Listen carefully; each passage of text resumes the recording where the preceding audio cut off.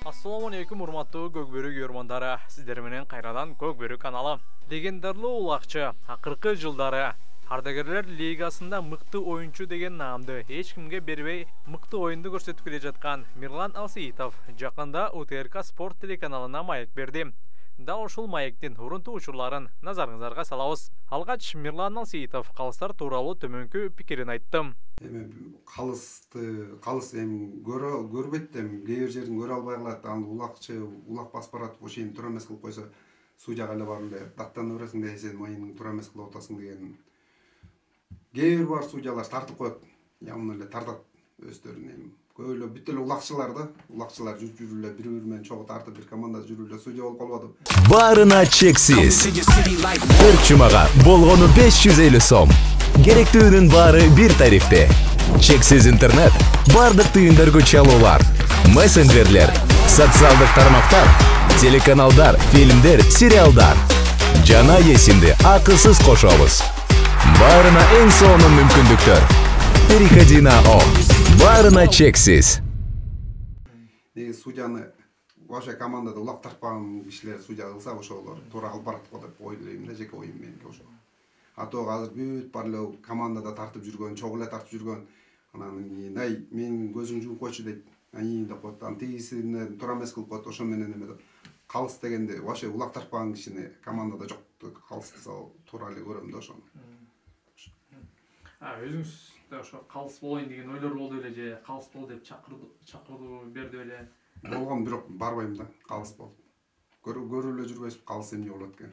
Андан калыс болбой улак чагып жүрө берген жакшы да. Тынч эле. Ошондой эле Ош жана Чүй жергесиндеги жер улактардын айырмасын айтып берди. Бирок Оштуктардын улагы жакшы экен. Бир эле тартып туруп алып барып таштап коет, бир машина алып атат. Биз бир күн кечке тартабыз. Аны үчөө жаман көрүшөбүз бири-бирибиз. Болбосо кечке бир тайды деле эмне 10 мүнөткө жеткирип алып барып таштап коет экен. Биз бир күн кечке тартабыз тайга. Эртең мисалы бир тай үчүн кечке тартабыз. Анан бири-бирибиз жаман көрүшүп анан. Сиздер жакшы билгендей, Мирлан Алсеитовдун уулу Эрбол өз учурунда Сары Өзөндө дагы оюн көрсөтүп калган. Өзүнүн баласы тууралуу төмөнкүлөрдү айтып берди. Балаңыз эмнеси жакты ойногон көргөндө бирдекеси жагат? Балам защитасы жагат. Мен өзүм андай защита кыла албайм да. Балам кылат да. Ошол жагат. Анан мен токтоо дагы. Сейтбектин мүнөзүндөй да жүрө берет.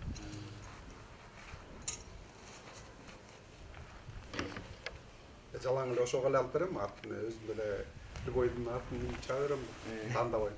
Ошо балам эле жактырып тиги баягы ошо кайын журт барып калсам көрүп калып, муну алып берип дейт, мейли деп. Ошо алып берем. Демек бул кургондоодо ойнойбуз ошондой. Жок, бул айдынга келет. Бирден жапмай да, бизде жер улакта бирден жабабыз да. Бир ат чыгарбайт да бул.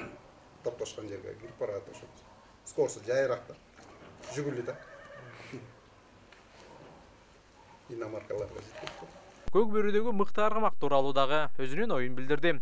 Азыркы аттардан Аватар го дейм эң күчтүүсү. Анан Крас да. Ошол эле. Бирок Крас акыркы оюндарда жакшы өзүн көрсөтпөй жаткандай. Байкуш карылык келип калды го дейм. Эң ошо эки ат го дейм күчтүүлүк жана.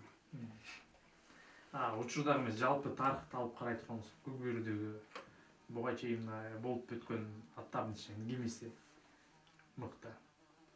Эң мыкты Бойко го дейм. Эмнеси менен? Күлүктүгүнөн, шамнагайынан, урганынан бүт жагынан Бойко күчтүү го дейм азыр. Урматтуу көрөрмандар, видеого лайк коюп, комментарий жазууну унутпаңыздар. Бул видеонун толук версиясын УТРК Спорт YouTube каналынан көрсөңүздөр болот.